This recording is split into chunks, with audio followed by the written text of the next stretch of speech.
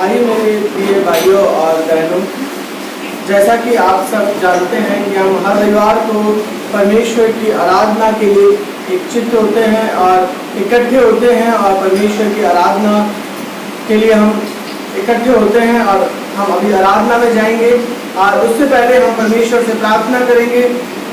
जो पिछले दिनों में परमेश्वर ने हमें संभाला उसके लिए प्रभु का धन्यवाद करेंगे और अपने आप को, अपने जीवन को परमेश्वर के हाथ में देंगे कि आज की आराधना के द्वारा हमारे जीवन में और आशीषें और ब्लेसिंग्स आने पाए।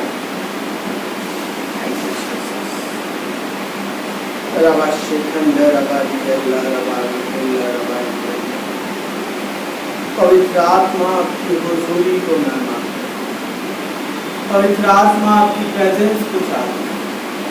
आप जैसा चाहते हैं आज वैसा ही होने खुली आज़ादी देते हैं आपको हमारे जीवन में। आपका धन्यवाद करते, सुंदर सवेरे के लिए, आज का दिन आपने देखने का फजल किया उसके लिए धन्यवाद करते। कल रात को बहुत सारे लोग सोए थे परमेश्वर, परंतु वो उठ न सके। वो नाना प्रकार की बीमारियों में, समस्याओं में परमेश्वर कूच कर गए खुदावन प्यारे परमेश्वर, परंतु आपने आज का दिन हमें देखने का फजल दिया।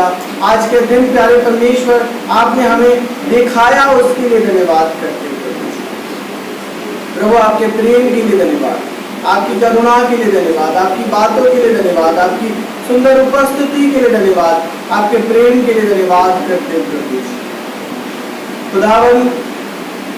आपकी दया हमारे जीवन में बहुत है, उसके लिए धन्यवाद।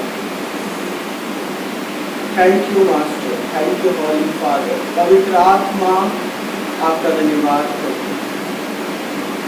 आपकी हुजूरी को मेरे जीवन में मांगता हूँ।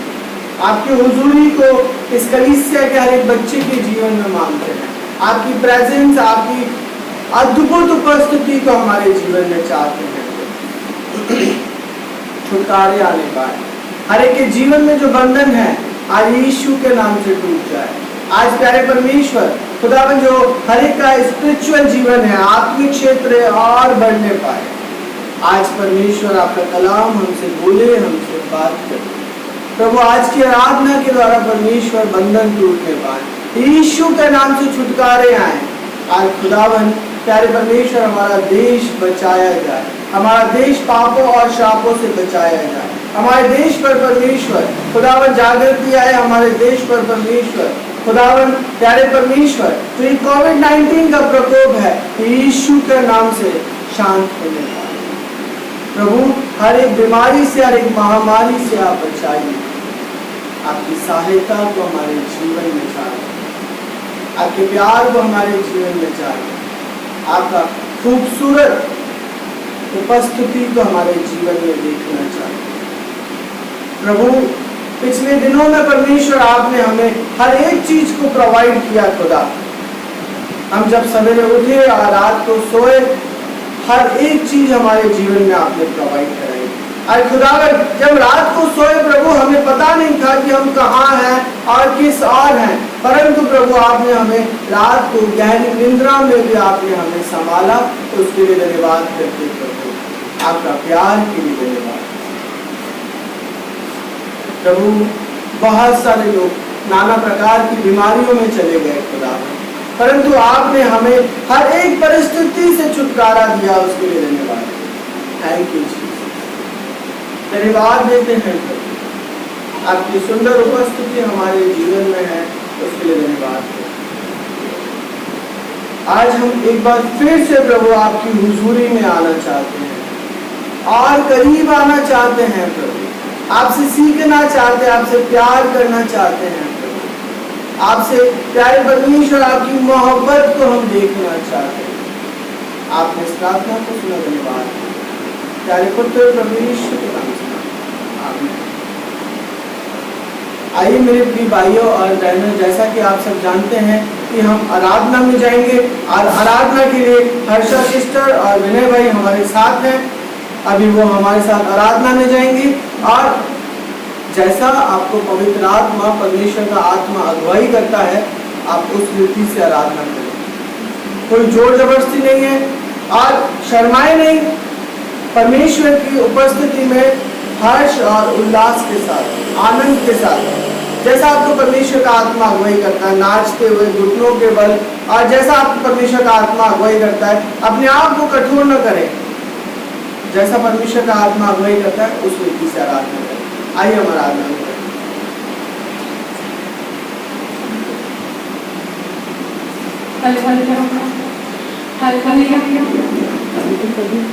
परमेश्वर की स्तुति और आराधना चढ़ाया।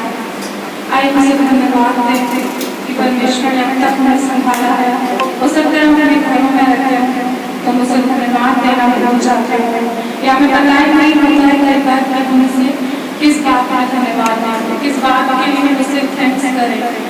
पर हर एक पल परमेश्वर हमें चलाता है, हमें संभालता है, हमें बनाता है। बहुत सी ऐसी बातें हैं जो परमेश्वर हमारे जीवन में करता है और कई बार हमें पता भी नहीं होता है कि उसने हमारे जीवन में कैसे काम किया। आइए हम कुछ समय अपने हाथों को उठाकर उसका धन्यवाद दें, क्योंकि यही एक समय है जब हम उसे धन्यवाद देते हैं। हो सकता है आप सोच रहे होंगे कि मैंने लास्ट वीक ही तो धन्यवाद किया था, या मैंने कल ही तो धन्यवाद किया था, लेकिन सचमुच प्रियो जब हम उसे धन्यवाद देते हैं तो वो प्रसन्न होता है, वो खुश होता है कि मेरे बच्चे मुझे धन्यवाद की भेंट चढ़ा रहे हैं या मुझे धन्यवाद दे रहे हैं। आइए उस समय अपने हाथों को उठाकर अपने मुंह को खोलकर उसे धन्यवाद दें। कोई अपने मुंह को चुप न रखे, पर हर एक इस बात के लिए, उस सुंदर बात के लिए जो परमेश्वर ने हमारे जीवन में की है। बहुत सी बातें उसने हमारे जीवन में दी है। आज का दिन ही हमारे लिए धन्यवाद का विषय है, क्योंकि बहुत से लोग थे जो आज के दिन में प्रवेश तो करना चाहते थे पर वो नहीं कर सके। पर परमेश्वर की दया है कि उसने हमें जीवित रखा और अपने समीप आने का हमें फजल दिया। हम उसके लिए धन्यवाद दें। आइए कुछ समय अपने हाथों को उठाएं और इसे धन्यवाद की भेंट चढ़ाएं। धन्यवाद करते हैं पिता आज के दिन के लिए, आज के नई आशीष के लिए जो तूने हमारे जीवन में दी है। परमेश्वर सचमुच हम इसके योग्य तो न थे परमेश्वर की तू हमसे प्रेम करेगा, फिर भी प्रभु जो तेरी दया हम पर हुई परमेश्वर उसके लिए हम आपको धन्यवाद देते हैं। धन्यवाद देते हैं परमेश्वर तूने अब तक परमेश्वर प्रभु जी सचमुच हमें संभाले रखा। खुदा अपने पंखों की आड़ तले प्रभु तुमने हमें छिपाए रखा। हर एक बीमारी, हर एक खौफ पत्थरों से परमेश्वर, हर एक शैतान की बुरी बातों से तुमने हमें बचाया परमेश्वर। सच परमेश्वर प्रभु हम आपके नाम को धन्यवाद देते हैं पिता। धन्यवाद देते हैं परमेश्वर प्रभु जी कि आपने हमारे साथ केवल हमें नहीं पिता वरन हमारे परिवारों पर भी पिता दया की मेरे पिता। आज हम सुरक्षित हैं, जीवित हैं और तेरे सम्मुख है परमेश्वर प्रभु जी। हाँ पिता ये तेरी दया और तेरा अनुग्रह है खुदा। हम तेरे नाम को धन्यवाद देते हैं परमेश्वर प्रभु जी। तेरी दया के लिए धन्यवाद करते हैं परमेश्वर। सचमुच तू पहला और अनुग्रहकारी परमेश्वर है प्रभु जी। हर एक बात में प्रभु तुम्हारी भलाई को उत्पन्न करता है परमेश्वर। हमें खुदा हर एक परमेश्वर समस्या में परमेश्वर प्रभु जी तू हमें निकालता है परमेश्वर। हमारे आंसुओं को परमेश्वर तू प्रभु आनंद में बदल देता है खुदा बाप। हम तेरे नाम को धन्यवाद देते हैं पिता। हम कुछ भी परमेश्वर तुझे नहीं दे सकते खुदा, क्योंकि पिता हमारे लिए जीवन, हमारी ये सांसें भी पिता ये तेरी आवश्यक है परमेश्वर। सचमुच हम आपके नाम को धन्यवाद देते हैं पिता, आपके नाम को ऊंचा करते हैं परमेश्वर, आपकी तारीफ और आपकी प्रशंसा करते हैं परमेश्वर, क्योंकि आप योग्य हैं खुदा, क्योंकि आपकी एक जीवित परमेश्वर है जो बराबर और स्तुति के योग्य है परमेश्वर। धन्यवाद देते हैं, धन्यवाद देते हैं, धन्यवाद करते हैं परमेश्वर। Hallelujah, thank you Lord, thank you Jesus, thank you father, thank you master, hallelujah, hallelujah, thank you Jesus, thank you Lord father, hallelujah, hallelujah, hallelujah, thank you Jesus. तू भला है परमेश्वर, तू भला है परमेश्वर, हालेलुया, हालेलुया, हालेलुया, हालेलुया। आइए जहाँ कहीं भी हैं हम परमेश्वर की उपस्थिति में खड़े हो जाएं, खड़े होकर आनंद के साथ नाचते हुए परमेश्वर की आराधना करें, क्योंकि सच में जब हम ऐसी आराधना उसे चढ़ाते हैं तो वो उसे भाती है। परमेश्वर का वचन कहता है आज भी वो आत्मा और सच्चाई से आराधना करने वालों को खोज रहा है। आइए वो खोज हम उसकी पूरी करें, हम उससे आराधना की भेंट चढ़ाएं, उसकी स्तुति करें, उसकी महिमा करें। आइए पवित्र आत्मा को हम अपने बीच में पुकारेंगे, अपने हृदय को, अपने मन को पवित्र आत्मा से कहेंगे कि खुदा तू हमें भर, पवित्र आत्मा तू हमें भर, ताकि हम यीशु को एक सच्ची आराधना चढ़ा सकें। Hallelujah, thank you Jesus, thank you Lord father, hallelujah. उतरा उतरा उतरा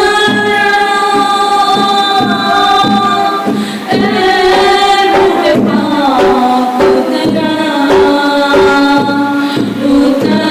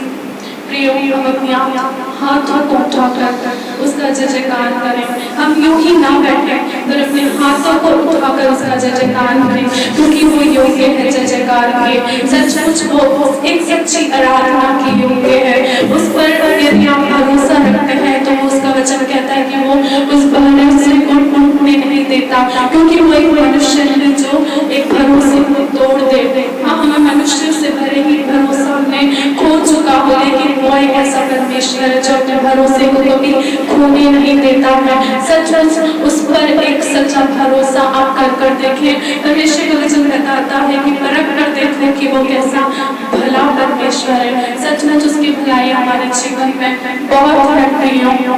आइए यही समय है उसके समीप और उसके करीब जाना, उसको एक अपना दोस्त, एक अपने सहायक के रूप में अपने जीवन में लें, क्योंकि वो हमारे बीच में काम करने के लिए मौजूद है। आइए अपने मन पर खोलें और घुटनों पर आकर के उसकी आराधना करें, उसकी स्तुति करें, अपने हृदय को आज उसके सम्मुख खोल कर रख दें। पिता, आज तो मेरे जीवन में कुछ नया कर। हाँ परमेश्वर प्रभु, हो सकता है आप बहुत टूटे हुए हो, आपकी परेशानियां आपको बड़ी लग रही हो, आपके दुख आपके सम्मुख हो और आपका कुछ नजर नहीं आ रहा है, लेकिन हर एक दुख, हर एक परेशानी एक विश्वासी के जीवन में आती है, पर वो हर एक परेशानी को दूर करने के लिए हमारे साथ है। और जब वो हमारे साथ है तो हमारा कौन कुछ क्या कर सकता है। आइए अपने मन को उसके सम्मुख खोलें, आज परमेश्वर से कहें प्रभु तो आज मुझे छू, मेरे जीवन में तू काम कर परमेश्वर। जब तूने मुझ पर दया की, मुझे बचाया परमेश्वर, तो प्रभु अपनी सामर्थ्य से मुझे भर खुदा के मैं खड़ा रह सकूं, मैं खड़ी रह सकूं परमेश्वर। जब ये परेशानियां आंधियां बन के, तूफान बन के मेरे जीवन में उथल पुथल को मचाती है, तब भी मेरे ज़ुबान से, मेरे मुख से यही निकलने पाए कि मेरा यीशु मेरे लिए काम करेगा, मेरा यीशु मेरी समस्या को दूर करेगा, मेरे इस परेशानी को दूर करेगा, मेरे इस दुख को दूर करेगा। अपनी बातों को उसके सम्मुख खोल कर रखे प्रियो, यही समय है। आइए हम उसके करीब जाएं, उसके समीप जाएं और उससे कहें परमेश्वर आज प्रभु तू मुझसे बात कर, तू मुझे चुन परमेश्वर। हाँ परमेश्वर, मैं तेरी सुनना चाहती हूँ पिता। हाँ, अपनी कहना नहीं पर तेरी सुनना भी चाहती हूँ। जब मैं तेरे सम्मुख अपनी बातों को रखती हूँ परमेश्वर, रखता हूँ परमेश्वर, तो आज प्रभु तू मुझसे बोल, तू मुझसे बात कर खुदा कि आज परमेश्वर जब मैं तेरे समीप आई हूँ तो मैं खाली न लौटूं, मैं खाली न रहूं परमेश्वर, लेकिन आज प्रभु तू मुझसे भर परमेश्वर, तू मुझे भर परमेश्वर। और प्रभु हाँ पिता, तू मुझसे बात कर परमेश्वर। Hallelujah, thank you Lord Jesus, धन्यवाद देते हैं परमेश्वर। Hallelujah, thank you Lord. अपनी आंखों को बंद करें परमेश्वर के आगे, अपनी ध्यान को उस परमेश्वर और ज्यादा परमेश्वर की ओर लगाएं। Hallelujah, thank you Jesus. यीशु तेरे करीब आने से जिंदगी मेरी बदल गई।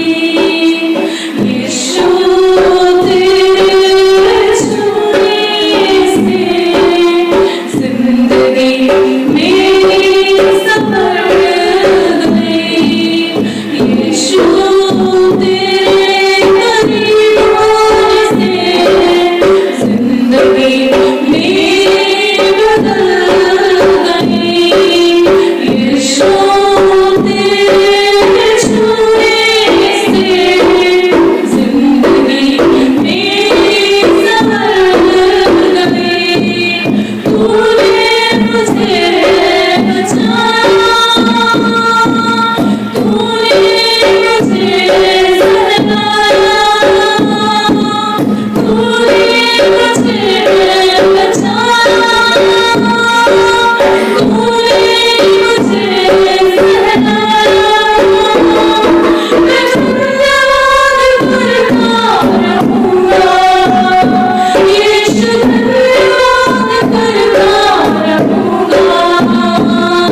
मैं धन्यवाद करता रहूँगा, यीशु धन्यवाद करता रहूँगा।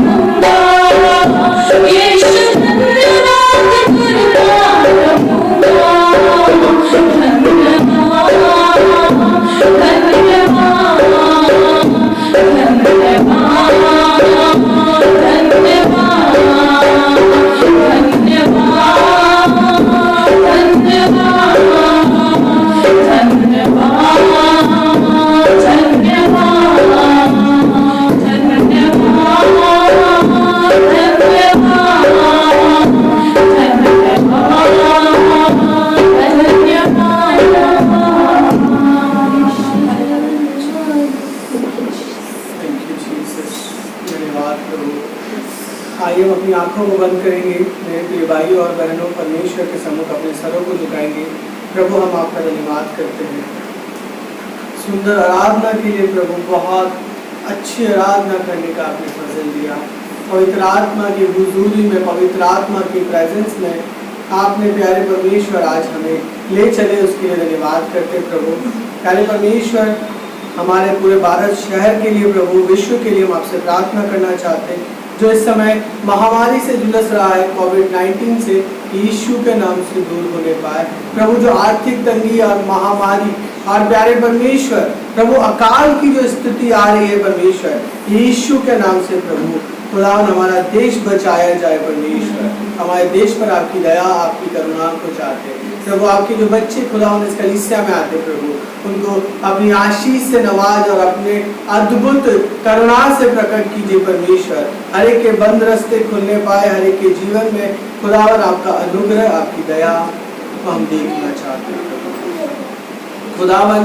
प्यारे परमेश्वर, आगे की सभा को आपके हाथों में कहते, पवित्र आत्मा आपको खुली आजादी देते। आपने इस प्रार्थना को सुना, धन्यवाद करते यीशु के नाम से आमीन।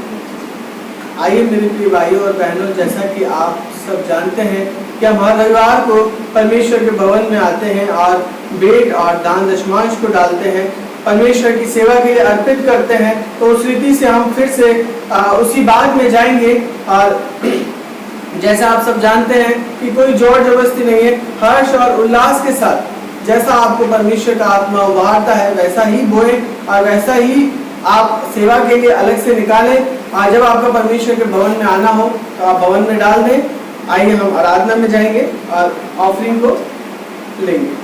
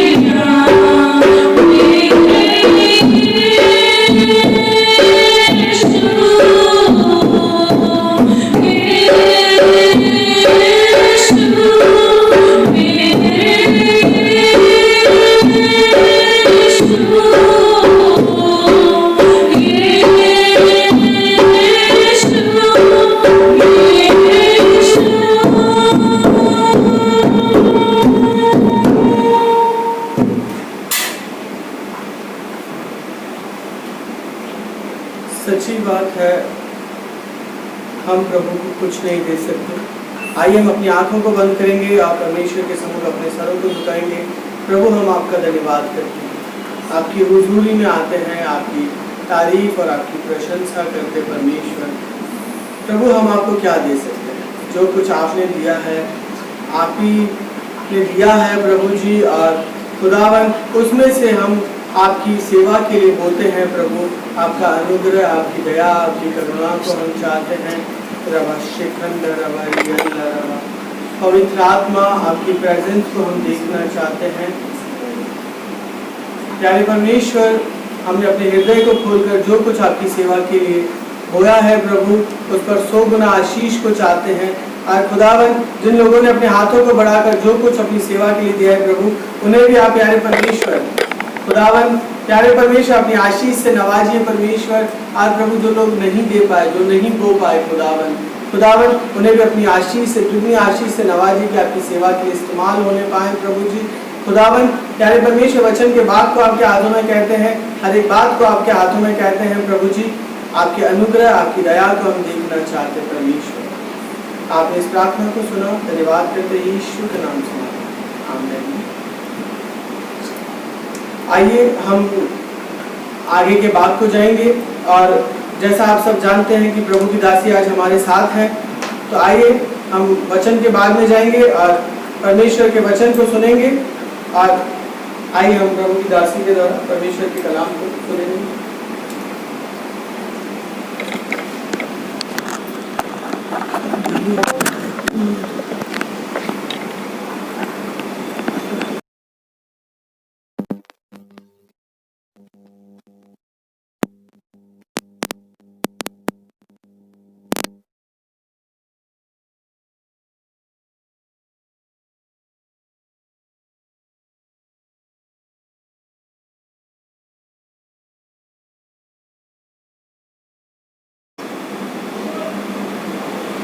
प्रभु यीशु मसीह के मधुर और मीठे नाम में सबको जय मसीह की मेरा प्यार भरा सलाम।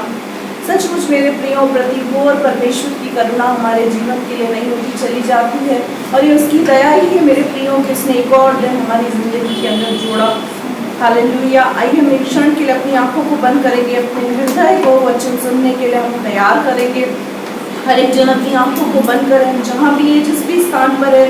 कृपया मेरा निवेदन है मेरे प्रियों, जिस तरीके से हम रविवार की आराधना करने के लिए कलीसिया में आते हैं, उसी प्रकार से पूरी सिंसियरिटी के साथ, पूरे आदर सम्मान के साथ, पूरी संजीदगी के साथ हम परमेश्वर के सम्मुख आए। हम परमेश्वर की आराधना स्तुति करें। हम अपने बिस्तरों में रहकर सोते हुए परमेश्वर की आराधना को अटेंड ना करें। परमेश्वर की इस सभा को, इस समय को जिसे हम विश्राम दिन करके मानते हैं, इसको अटेंड ना करें।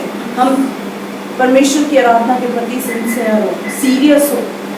हालेलुया। हम अपनी आंखों को बंद करेंगे और परमेश्वर से प्रार्थना करेंगे कि परमेश्वर का वचन हमारे जीवन में, परमेश्वर का वचन हमारे जीवन से बोले और बातचीत करे।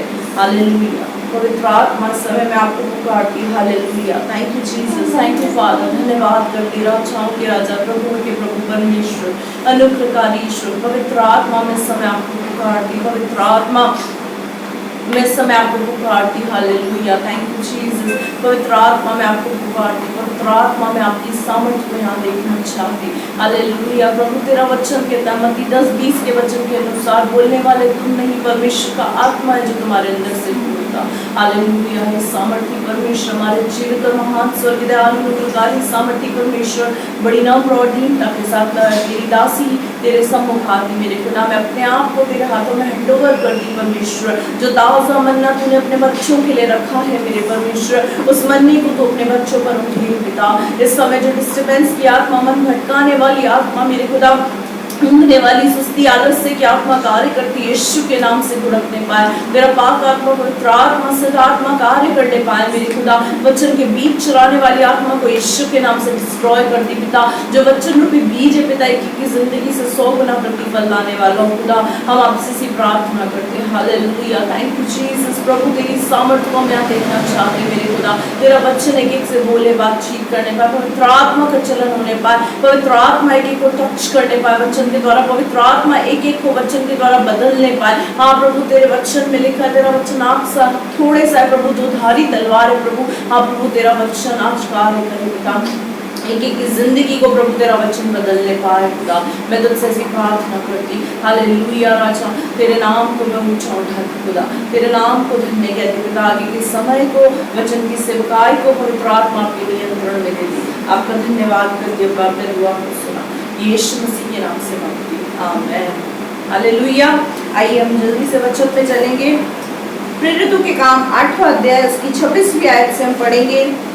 और जो आज का हमारा टॉपिक है वो है अगुओं का महत्व। जो हमें अगुवाई करते हैं, प्रभु के दास दासी, जो हमें शिक्षा देते हैं, जो हमें सिखाते हैं, उनका महत्व हमारे जीवन के अंदर क्या है, वो हम देखेंगे और सीखेंगे। फिर प्रभु के एक स्वर्गदूत ने फिलिप्पुस से कहा, उठ और दक्षिण की ओर उस मार्ग पर जा जो यरूशलेम से गाजा को जाता है। हालेलुया। यहाँ पे लिखा हुआ है, फिर प्रभु के एक दूत ने, यानी एक स्वर्गदूत ने फिलिप्पुस से कहा, उठ और दक्षिण की ओर उस मार्ग पर जा जो यरूशलेम से गाजा को जाता है। यहाँ पर परमेश्वर का स्वर्गदूत फिलिप्पुस से, जो प्रभु का दास है, जो अगुवा है, अगुवाई करने वाला है, शिक्षा देने वाला है, उसको यहाँ पर स्वर्गदूत एक आज्ञा दे रहा है आगे, और कहाँ जाने के लिए बोल रहा है, उठ और दक्षिण की ओर उस मार्ग पर जा जो यरूशलेम से गाजा की ओर जाता है। एक रास्ता बताता है यहाँ पर स्वर्गदूत परमेश्वर के दास को कि तुझे इस जगह पर जाना है। आगे बेटा, ये रेगिस्तानी मार्ग है। वो उठकर चल दिया और देखो कूश देश का एक मनुष्य आ रहा था। रेगिस्तानी मार्ग है, वहां पर लिखा है मेरे प्रियो। रेगिस्तानी मार्ग का मतलब यह है कि अक्सर हमने रेगिस्तान में देखा है कि भीड़ भाड़ ज्यादा नहीं होती, वहां पर अक्सर वहां पर सिर्फ ऊंट या रथ इस तरीके की गाड़ियां चलती है, पर ज्यादा भीड़ भाड़ हम रेगिस्तानी इलाकों के अंदर नहीं देखते। और यहाँ पर लिखा हुआ है वो उठकर चल दिया। जैसा जैसा स्वर्गदूत ने प्रभु के दास को, प्रभु के जो सिखाने वाले शिक्षक को, अगुवे को, प्रभु के दास को बोला, वैसा वैसा उन्होंने किया और उठकर वो चल दिए। और देखो कूश देश का एक मनुष्य आ रहा था। आगे, जो खोजा और कूशियों की रानी का कंदाकी का मंत्री और खंजासी था, खंजांची था। यहाँ पर लिखा हुआ है मेरे प्रियो, यहाँ पर लिखा हुआ है वहां पर कूश देश का एक व्यक्ति जो वहां से गुजर रहा था, उसका नाम क्या था?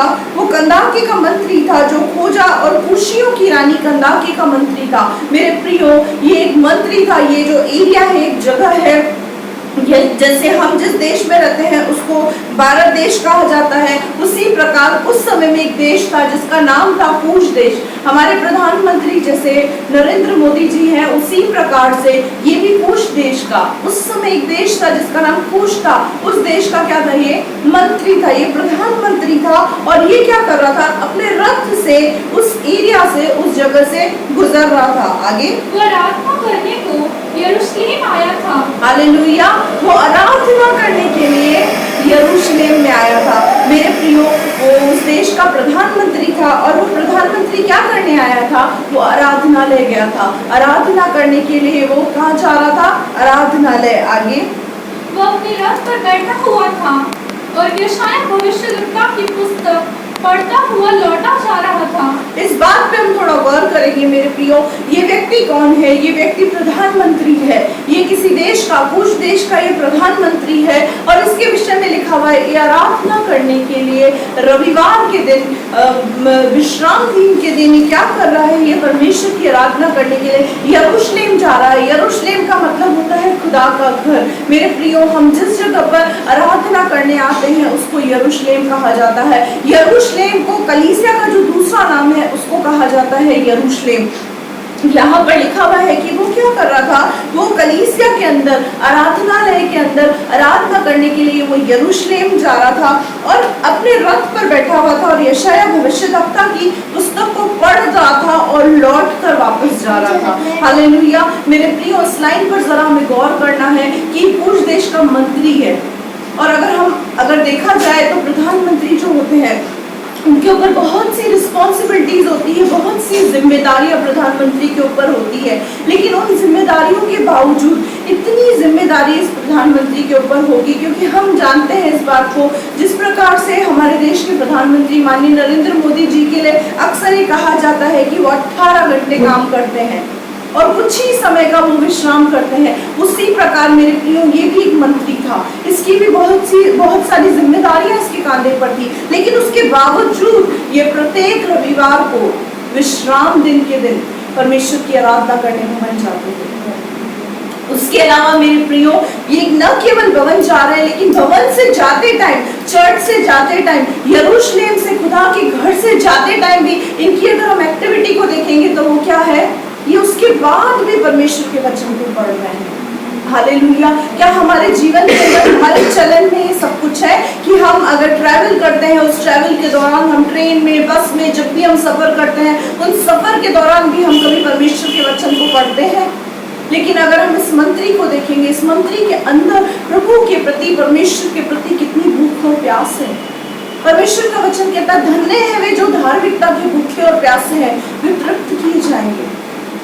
यहाँ पर इनकी क्वालिटी को हम देख रहे हैं। आराधना करके ये आए हैं। हम लोग तो जब संडे की आराधना करते हैं तो मंडे टू सैटरडे परमेश्वर के ऊपर एहसान करते हैं, अपनी बाइबल रख देते ताक पर और सोचते हैं अब तो ये संडे को ही खुलेगी, हमने बहुत बड़ा काम कर लिया। ये प्रधानमंत्री हैं, देश के प्रधानमंत्री होने के बावजूद भी ये देश के प्रधानमंत्री उसके बावजूद भी अपने बिजी शेड्यूल में से, अपने व्यस्त जीवन के व्यस्त समय में से भी इन्होंने परमेश्वर के वचन के लिए समय निकाला।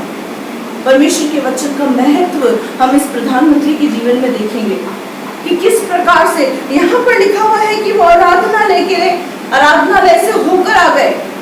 प्रधानमंत्री, ये जो कंदाकी का मंत्री है, होकर आया है आराधनालय से। उसके बावजूद भी जो समय टाइम पीरियड है, उनके घर जाने का जो समय अवधि है, उस समय अंतराल के अंदर भी उस समय को वो बर्बाद नहीं कर रहे हैं, व्यर्थ नहीं कर रहे हैं। उस समय के अंदर भी वो क्या कर रहे हैं? परमेश्वर के वचन को पढ़ रहे हैं। हालेलुया। मेरे प्रियो, अगर हम कहते हैं कि परमेश्वर के भवन के लिए, आराधना स्तुति के लिए, परमेश्वर की सभा, संडे की सभा अटेंड करने के लिए हमारे पास समय नहीं है, तो इसका मतलब हम प्रधानमंत्री से भी बड़े हैं। क्योंकि ये प्रधानमंत्री होते हुए भी जब इनका रूटीन है कि संडे को यहाँ पर लिखा हुआ है, यहाँ पर साफ साफ लिखा हुआ है कि वो आराधना करके यरूशलेम से लौट रहे हैं। ये प्रधानमंत्री है देश के, उसके बावजूद भी इनके पास परमेश्वर के प्रति भूख है, प्यास है, समय है। और हमसे अगर कहा जाए प्रभु के भवन में आने के लिए, तो हमारे पास समय नहीं है। समय नहीं मेरे प्रियो, हमारे पास मन नहीं है। क्योंकि जिस व्यक्ति का मन परमेश्वर में होता है वो बहाने नहीं बनाता। ये सिर्फ हमारे बहाने हैं। समय नहीं है, सर में दर्द है, पेट में दर्द है, पैरों में दर्द है, सैटरडे होते ही हम बीमार पड़ जाते हैं। क्यों? क्योंकि रविवार आराधना हमको अटेंड करनी होती है। तो हमारे पास बहाना सबसे अच्छा यही है कि हम बीमार हैं। लेकिन मेरे प्रियो, यहाँ पर मंत्री है, मंत्री को 100 काम होते हैं, उसके बावजूद ये यरूशलेम के अंदर आराधनालय में आराधना अटेंड करने जा रहे हैं। उसके बाद जब रिटर्न बैग अपने घर की ओर जा रहे हैं, पलट कर वापस अपने घर की ओर लौट रहे हैं, उस समय में भी क्या कर रहे हैं? परमेश्वर के वचन को पढ़ रहे हैं। परमेश्वर का वचन का महत्व इनके जीवन में हम देखें। हालेलुया। आगे, तब आत्मा ने फिलिप्पुस से कहा, निकट जाकर इस रथ के साथ खोले। हालेलुया। तब आत्मा ने फिलिप्पुस से कहा कि निकट जाकर इस रथ के साथ खोले। हालेलुया। वहां पर ये जो कंदाकी के मंत्री है, वो क्या कर रहा है? वो यशाया भविष्यद्वक्ता की पुस्तक पढ़ रहा है। और यहाँ पर फिलिप्पुस जो प्रभु का दास है, प्रभु का नबी है, प्रभु का अगुवा है, शिक्षा देने वाला व्यक्ति है, शिक्षक है, उसको क्या बोला? आत्मा ने, यानी पवित्र आत्मा ने उससे क्या कहा कि ये जो रथ जा रहा है, इस रथ के पीछे हो ले। आगे, फिलिप्पुस दौड़ा और उसे यशाया भविष्यद्वक्ता की पुस्तक पढ़ते हुए सुना और पूछा, तू जो पढ़ रहा है उसे समझता भी है? यहाँ पर फिलिप्पुस उसकी ओर दौड़ा और दौड़कर रथ के पीछे पीछे भागते हुए उसको बोल रहा है, कंदाकी के मंत्री को, कि तू जो पढ़ रहा है वो तुझे समझ भी आ रहा है कि सिर्फ पढ़े जा रहा है? हालेलुया। आगे, उसने कहा, जब तक कोई मुझे न समझाए तो मैं कैसे समझूं? हालेलुया। ये टॉपिक में मेन जो ये लाइन है, इस लाइन पर अंडरलाइन करें। इस लाइन पर हम एक रेखा को खींचें, इसको ब्रैकेट में डालें, किसी भी तरीके से इस लाइन को हाईलाइट करें। इसमें ये जो बात बोल रहा है, कंदाकी का मंत्री है मेरे प्रियो, ये एक नम्र व्यक्ति है, एक दीन व्यक्ति है। क्योंकि परमेश्वर का वचन कहता है, धन्य है वे जो नम्र है, वो पृथ्वी के अधिकारी कहलाएंगे। हालेलुया। मेरे प्रियो, उसकी नम्रता को यहाँ देखें। यहाँ पर ये व्यक्ति क्या बोल रहा है कि जब तक मुझे कोई न समझाए तो मैं कैसे समझूं?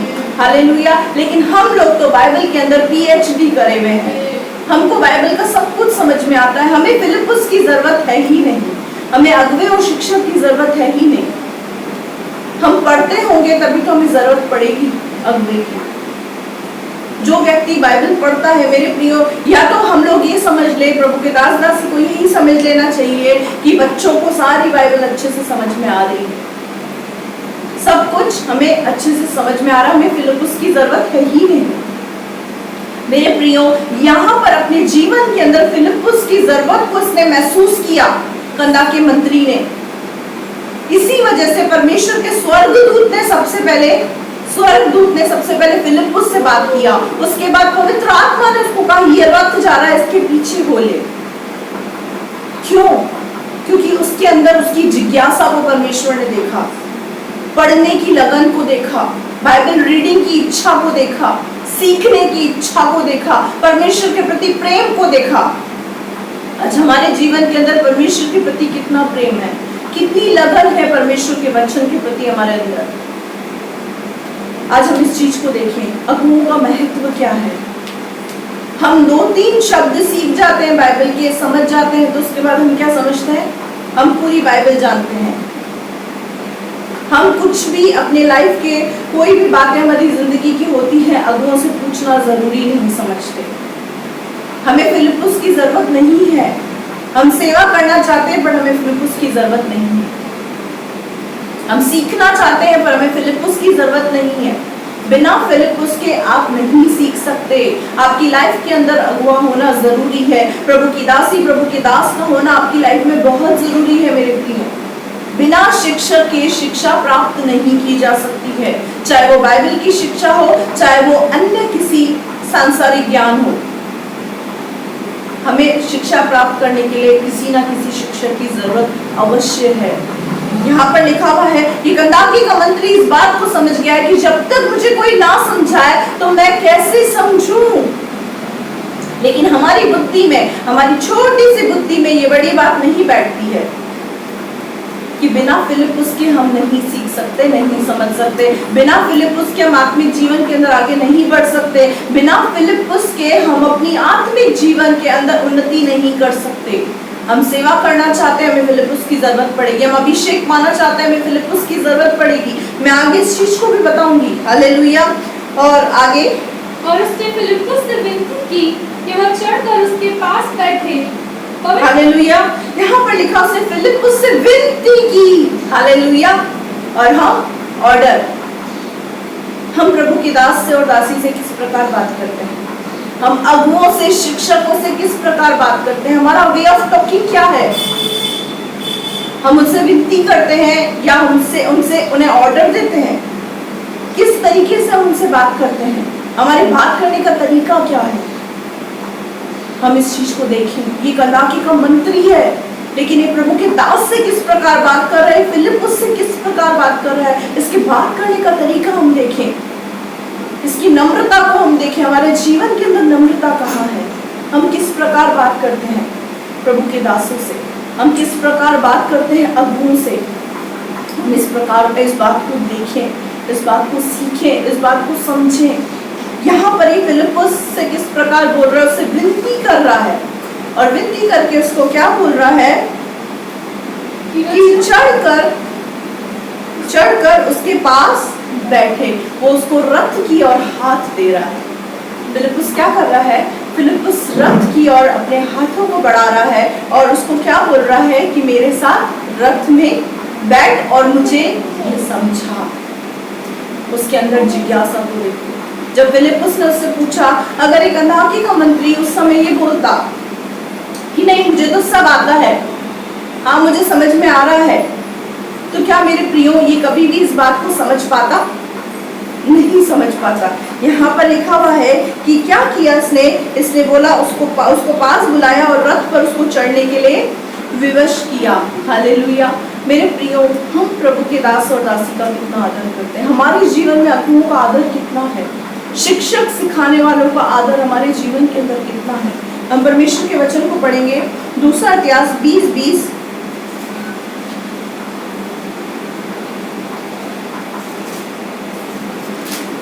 दूसरा इतिहास 20:20।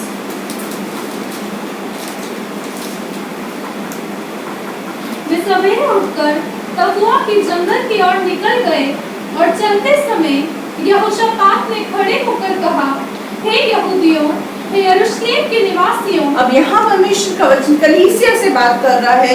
यहाँ पर यहोशापात जो है वो फिलिप्पुस की तरह एक परमेश्वर का दूत है, परमेश्वर का दास है, नबी है। वो यहाँ पर क्या बोल रहा है, यरूशलेम, हे यहूदियों के निवासियों।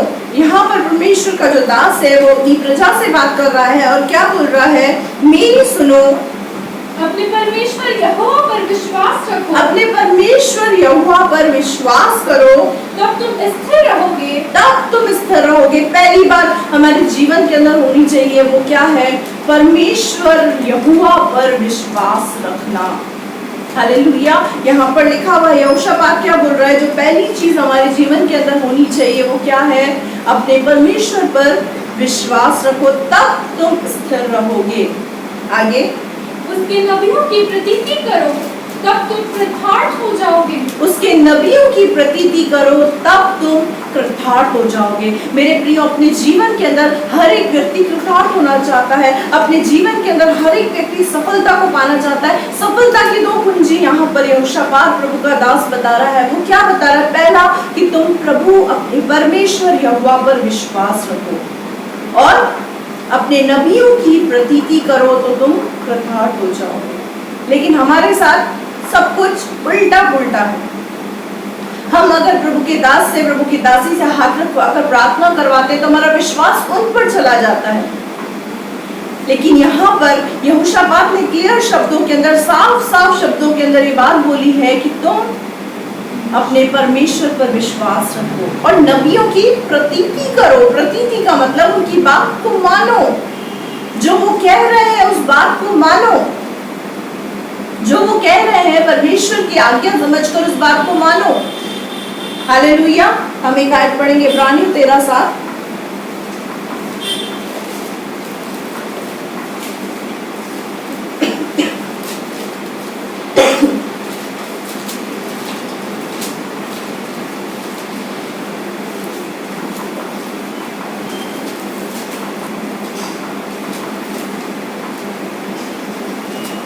इब्रानियों 13:7। जो तुम्हारे अगुवे थे और जिन्होंने तुम्हें परमेश्वर का वचन सुनाया है उन्हें स्मरण रखो।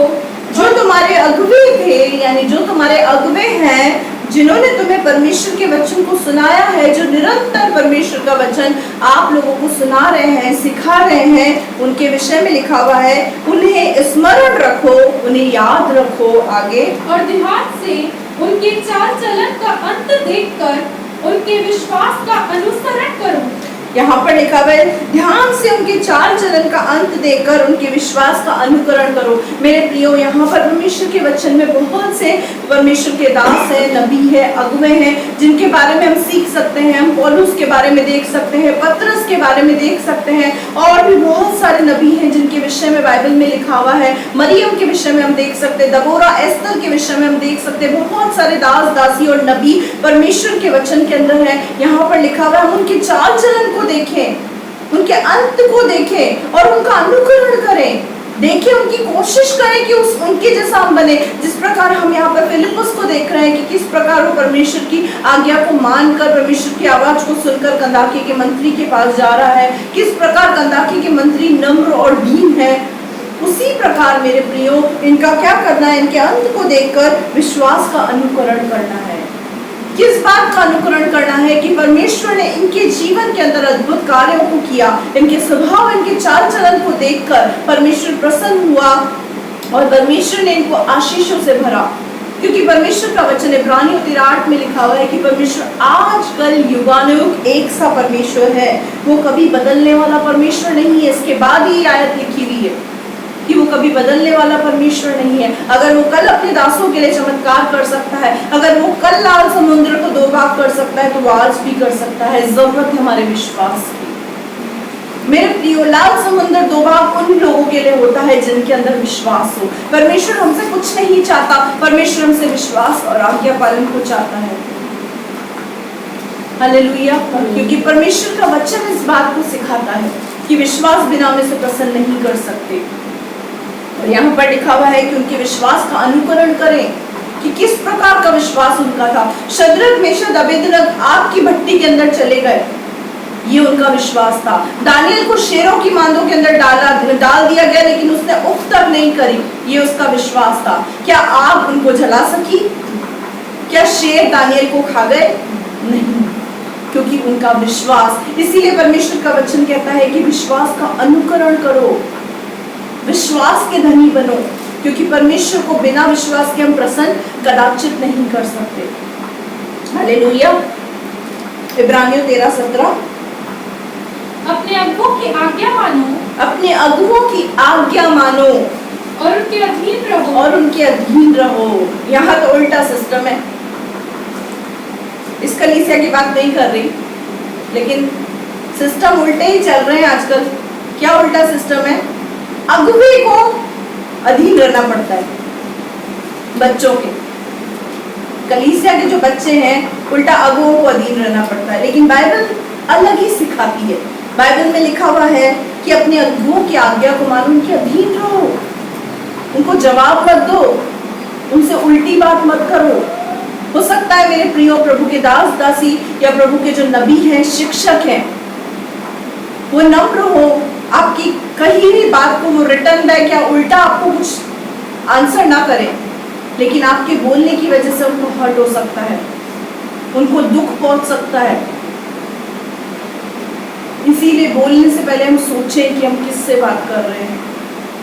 यहाँ पर लिखा हुआ है कि अपने अगुओं के अधीन रहो, उनकी बातों को मानो।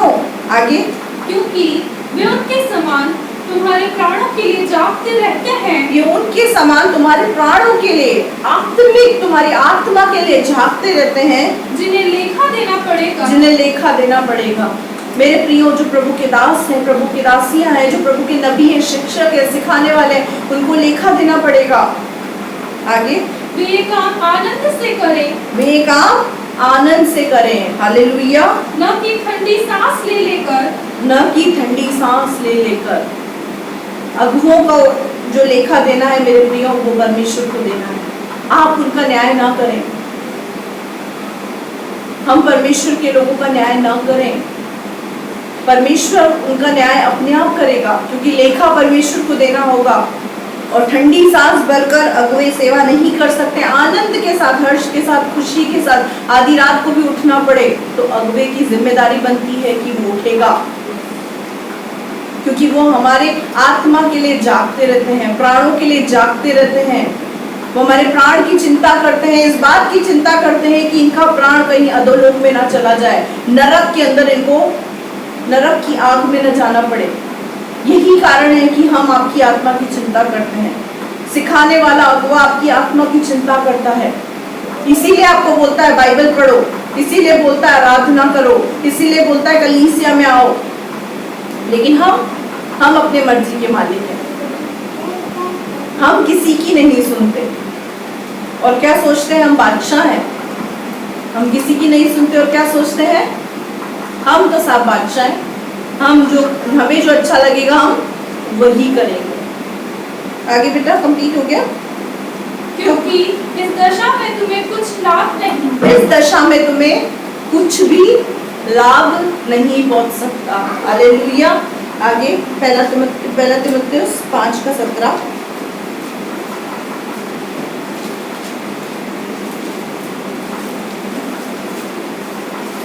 जो प्राचीन अच्छा प्रबंध करते हैं, विशेष करके वे जो वचन सुनाने और सिखाने में परिश्रम करते हैं, दो गुने आदर के योग्य समझे जाएं। हालेलुया। यहाँ पर लिखा हुआ है जो प्राचीन अच्छा प्रबंध करते हैं, विशेष करके वो जो सिखाने में मेहनत करते हैं। हम लोग ये सोचते हैं कि जो ये प्रभु की दासी है, जो परमेश्वर के वचन को शेयर करती है, प्रभु के दास है, इसके पीछे कोई मेहनत नहीं लगती। ये बाइबल खोला और निकाला और वचन हो गया तैयार, या कहीं से कॉपी मार लिया, कहीं से लिखा दिया। नहीं मेरे प्रियो, यहाँ पर लिखा हुआ है जो प्राचीन अच्छा प्रबंध करते हैं, विशेष करके जो वचन सुनाने में और सिखाने में परिश्रम करते हैं। मेरे प्रियो, वचन सुनाने सिखाने से पहले एक तैयारी होती है, इसके पीछे एक मेहनत होती है। ये अलग अलग जगह से वचन निकाल कर यहाँ पर आपको सुनाना सिखाना आसान नहीं होता। यहाँ पर खड़े होकर अगर हम ताकत रखते हैं तो यहाँ पर खड़े होकर 2 वचन बोलकर दिखाएं, लेकिन यहाँ पर क्या लिखा हुआ है, जो अच्छा प्रबंध करते हैं, सुनाने सिखाने में जो आपके शिक्षक के अगुवे हैं, वो 2 गुने आदर के योग्य समझे जाए। 2 गुना तो छोड़े, हम 1 गुना भी आदर देते हैं। उल्टा अगर प्रभु का दास या प्रभु की दासी आपको कुछ रिटर्न बैक बोल दे, या आपका अगुवा, आपका सिखाने वाला आपको कुछ बोल दे, तो हम संडे की छुट्टी, फोन करना बंद, कांटेक्ट खत्म, जब तक वो आगे से अगुआ आके माफी नहीं मांगे कि भाई और बहन हमें क्षमा कर दो, माफ कर दो, हमसे गलती हो गई। लेकिन यहाँ पर लिखा हुआ है कि उन्हें 2 गुना आदर देना है मेरे प्रियो। अगर हमारे जीवन के अंदर आशीषें नहीं आ रही तो जांचें अपने आप को, क्या कारण है हमारे जीवन के अंदर आशीष नहीं है? क्या कारण है हम अपने जीवन के अंदर हारा हुआ जीवन महसूस कर रहे हैं? क्या कारण है? क्या जिस प्रकार का आदर हमें अपने सिखाने वालों को करना है हम करते हैं? मेरे प्रियो, सिखाना बहुत बहुत कठिन है, इतना आसान नहीं है। वचन बोलने में और वचन का तैयारी करने में मेहनत लगती है। अगर कोई आपको सिखा रहा है तो उसकी बातों को सीखें। यीशु मसीह ने उन लोगों पर तरस खाया जिनका चरवाहा नहीं था कोई, जिन्हें चरवाही करने वाला कोई नहीं था, जिन्हें सिखाने वाला कोई नहीं था। मेरे प्रियो, आप भी अपने जीवन के अंदर उन लोगों को देख सकते हैं जो पाप में है, जो नशे में है, जो गाली गलौज के अंदर है, गुस्से के अंदर है, मारपीट के अंदर है, गंदे घिनौने कामों के अंदर है। उनको कोई सिखाने वाला नहीं है, उनको कोई समझाने वाला नहीं है, उनको कोई सत्य की राह पर ले जाने वाला नहीं है, तभी तो वो भटक रहे हैं। लेकिन आप प्रभु का धन्यवाद करें कि प्रभु ने आपके लिए अगुओं को रखा है, आपको सिखाने वालों को रखा है। अगर उन सिखाने वालों का हम आदर नहीं करेंगे तो हम क्या सीख पाएंगे? यही कारण है कि हम अपने जीवन के अंदर सफलता को नहीं, असफलता को महसूस कर रहे हैं, निराशा को महसूस कर रहे हैं, हारा हुआ जीवन जी रहे हैं। परमेश्वर का वचन कहता है अगुओं का 2 गुना आदर करो। 2 गुना आदर यानी जितना आदर आप कर सकते हैं उससे भी ज्यादा, जितना आदर आप औरों का करते हैं उससे भी ज्यादा। हम हमारे शारीरिक पिता का कितना आदर करते हैं जिसने हमें शरीर में जन्म दिया। मेरे प्रियो, उससे भी ज्यादा आदर करने के लिए बाइबल कहती है, क्योंकि शरीर तो यहाँ का है, यहीं पे मिट्टी का बना है, मिट्टी में ही खत्म हो जाएगा, मिट्टी में ही धस जाएगा। लेकिन ये जो आत्मा है जिस परमात्मा ने दी है, उस परमात्मा के पास लौट कर जाएगी। और जो प्रभु के लोग हैं, अगुए हैं, शिक्षक है, वो आपकी आत्मा की चिंता करते हैं, वो आपकी आत्मा के लिए है, वो आपके शरीर के लिए नहीं है जो आपको राय दे कि आप ये कपड़े पहने तो आप बहुत सुंदर लगोगे। वो शरीर के लिए नहीं है कि आप ये भोजन ग्रहण करें तो आपके शरीर के लिए बहुत फायदेमंद साबित होगा। नहीं, वो आत्मा की चिंता करते हैं, इसीलिए वो आत्मा से रिलेटेड बातें बोलेंगे। बाइबल पढ़ो, प्रार्थना करो। बच्चे परेशान होंगे इस बात को लेकर कि जब भी इनको फोन करें एक ही बात बोलते, प्रार्थना करो। तो हम आत्मिक अगुवे हैं तो आत्मा की ही राय देंगे, हम ये थोड़ी बोलेंगे अपनी लड़ाई खुद लड़ो। हम ये बात बोल ही नहीं सकते, क्योंकि हमारा जो हथियार है वो है प्रार्थना। हमारी जो लड़ाई है वो प्रार्थना ही है। प्रार्थना के थ्रू ही हम लड़ाई जीत सकते हैं, ये एक हथियार है हमारे पास। और अगर हमारी ये राय आपको अच्छी नहीं लगती या किसी भी अगुवे की राय अच्छी नहीं लगती तो जो जजे वो करो। क्योंकि मेरे प्रियो, एक आत्मिक अगुवा आपको आत्मिक ही राय देगा, कभी भी आपको सांसारिक राय या शारीरिक राय नहीं देगा। हमारे पास बहुत से रास्ते होते हैं, हम उन्हीं रास्तों को अपनाते हैं जो रास्ता हमें समझ में आता है। लेकिन यहाँ परमेश्वर का वचन हमें क्या सिखाता है कि प्रभु के दासों की मानो, अगुओं की मानो, जो हमारी अगुवाई कर रहा है, जो हमें शिक्षा दे रहा है, वचन की शिक्षा दे रहा है, उसकी मानो, उसके अधीन रहो, उसको दुगना आदर के योग्य समझो। हालेलुया। आगे पढ़ेंगे, वापस प्रेरितों पे जाएंगे, उसका 8 का 32 से पढ़ेंगे। पवित्र शास्त्र का जो अध्याय वो पढ़ रहा था वह यह था, वह भीड़ के समान वध होने को पहुंचाया गया, और जिससे मेमना अपने ऊँट को दंडने वालों के सामने चुपचाप रहता है, वैसे कि उसने भी अपना मुंह न खोला। हालेलुया। यहाँ पर लिखा हुआ है पवित्र शास्त्र का जो अध्याय वो पढ़ रहा था वो क्या था? वो भीड़ों के समान वध होने को पहुंचा गया, और जैसा मेमना अपने ऊँट कतरने वालों के सामने चुपचाप रहता है, वैसे ही उसने भी अपना मुंह न खोला। यहाँ पर मेरे प्रियो, ये कदाकी का मंत्री है, ये यशाया भविष्यद्वक्ता की पुस्तक को पढ़ रहा है, और यहाँ पर लिखा यशाया 53 की आयत को पढ़ रहा है। एक बार हम उसको खोलेंगे, यशाया 53।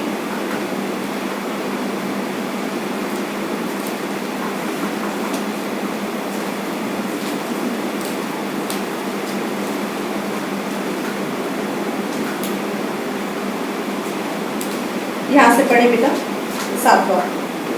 वह सताया गया तो भी वह सहता रहा और अपना मुंह न खोला।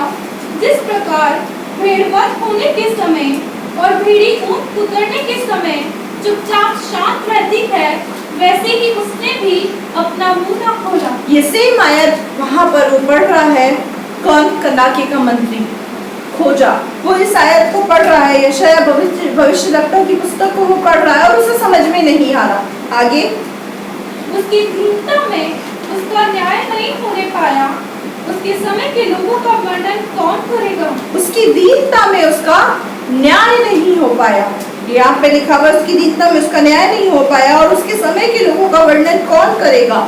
यहाँ पर ये जो बातें हैं मेरे प्रियो, ये यीशु मसीह के विषय में लिखी हुई है कि यीशु मसीह जब उसको क्रूस पर चढ़ाया जा रहा था, उसकी ऐसी दुर्दशा करी जा रही थी, उसको कोड़े मारे जा रहे थे, उसको कीलें ठोकी जा रही थी, कांटों का ताज पहनाया जा रहा था। ऐसी स्थिति के अंदर भी वो चुपचाप खड़ा रहा। उसकी दीनता में, यानी वो इतना दीन बना, इतना नम्र बना कि यहाँ पर लिखा हुआ है कि उसकी दीनता में, उसकी नम्रता में उसका न्याय नहीं हुआ, उसको न्याय नहीं मिल सका। आगे, क्योंकि पृथ्वी से उसका प्राण उठा लिया जाता है, क्योंकि पृथ्वी से उसका प्राण उठा लिया जाता है, क्योंकि वो क्रूस की मृत्यु को सहन करने की घड़ी में था, वो क्रूस पर टंगाया गया था। उसके बारे में ये सारी चीजें यशायाह भविष्यद्वक्ता की पुस्तक की लिखी हुई है, जिसको कंदाकी का मंत्री पढ़ रहा था और उसे समझ नहीं आ रहा था। आगे, इस पर खोजे ने फिलिप्पुस से पूछा, मैं तुझसे विनती करता हूँ, ये बता कि भविष्यद्वक्ता ये किसके विषय में कहता है, अपने या किसी दूसरे के विषय में? अब यहाँ पर जो खोजा है, जिसने फिलिप्पुस को अपना हाथ बढ़ाकर पूरे आदर सम्मान के साथ, दुगने आदर के साथ, अधीनता के साथ उसकी बात को मानते हुए उसको अपना हाथ दिया, उससे विनती करी और उसको अपने रथ में बिठाया, उसको अपने रथ में जगह दी और उसको क्या बोला कि फिलिप्पुस से पूछा। खोजा ने क्या पूछा फिलिप्पुस से? फिलिप्पुस को बोला कि तू ये बात बता कि भविष्यद्वक्ता किसके विषय में ये बातें कर रहा है, खुद के विषय में या किसी और के विषय में? मेरे प्रियो, यशायाह भविष्यद्वक्ता की जो पुस्तक है वो पूरी भविष्यवाणी की पुस्तक है। उसमें यीशु मसीह के आने की भविष्यवाणी है।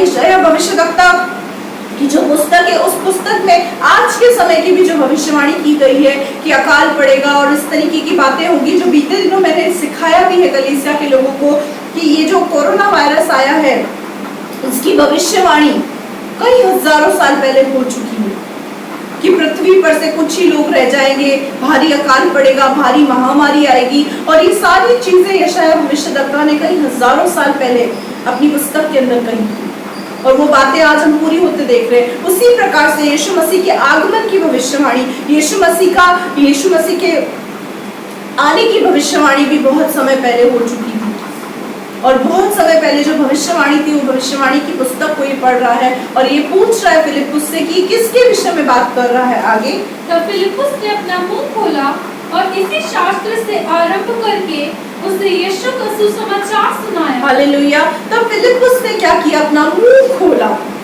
हालेलुया। यहाँ पर लिखा अपना मुंह खोला और इसी शास्त्र से आरंभ करके उसे यीशु का सुसमाचार सुनाया। यीशु मसीह के बारे में उसने उसको बताना शुरू किया। हालेलुया। मेरे प्रियो, कनाके मंत्री के अंदर अगर हम क्वालिटीज को देखें तो उसकी पहली क्वालिटी क्या है कि वो परमेश्वर से प्रेम करता है। दूसरा, उसके जीवन में परमेश्वर के प्रति विश्वास है। तीसरा, उसके जीवन में परमेश्वर के प्रति भूख है। और चौथा, वो परमेश्वर के दासों का आज्ञा पालन करता है, उसको सीखने की इच्छा है। और उसके अंदर पांचवी जो खूबी है कि वो एक नम्र व्यक्ति है। क्या हमारे जीवन के अंदर एक क्वालिटी है?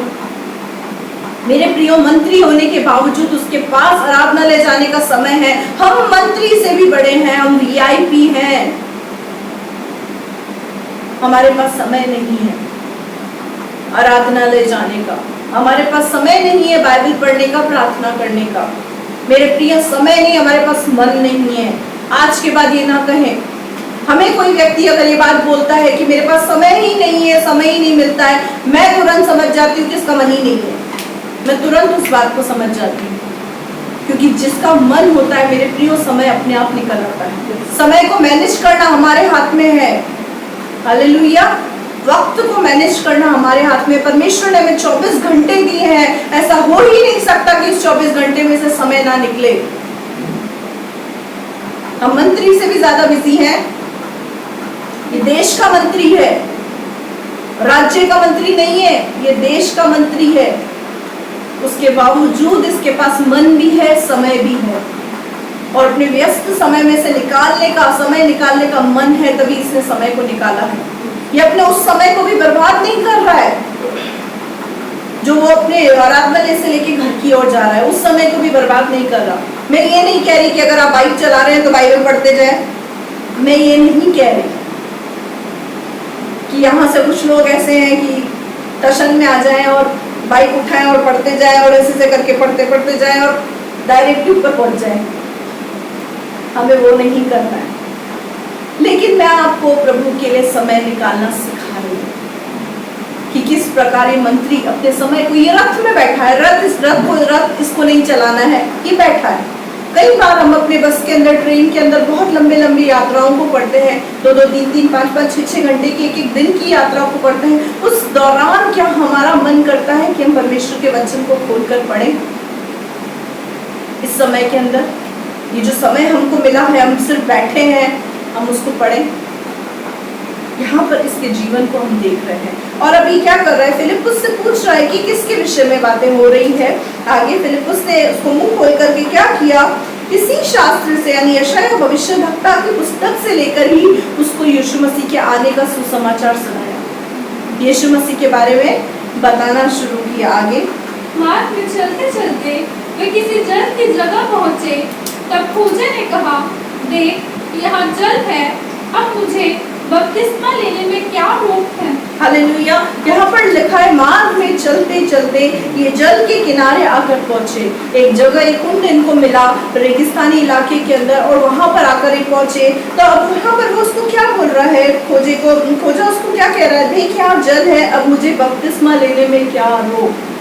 कंदाकी के मंत्री के जीवन के अंदर सारी बातें थी, 5 खूबियां जो मैंने आपको उसके जीवन की बताई, और वो सारी खूबियां थी उसके अंदर जो उसको परमेश्वर को प्रसन्न करने वाली थी।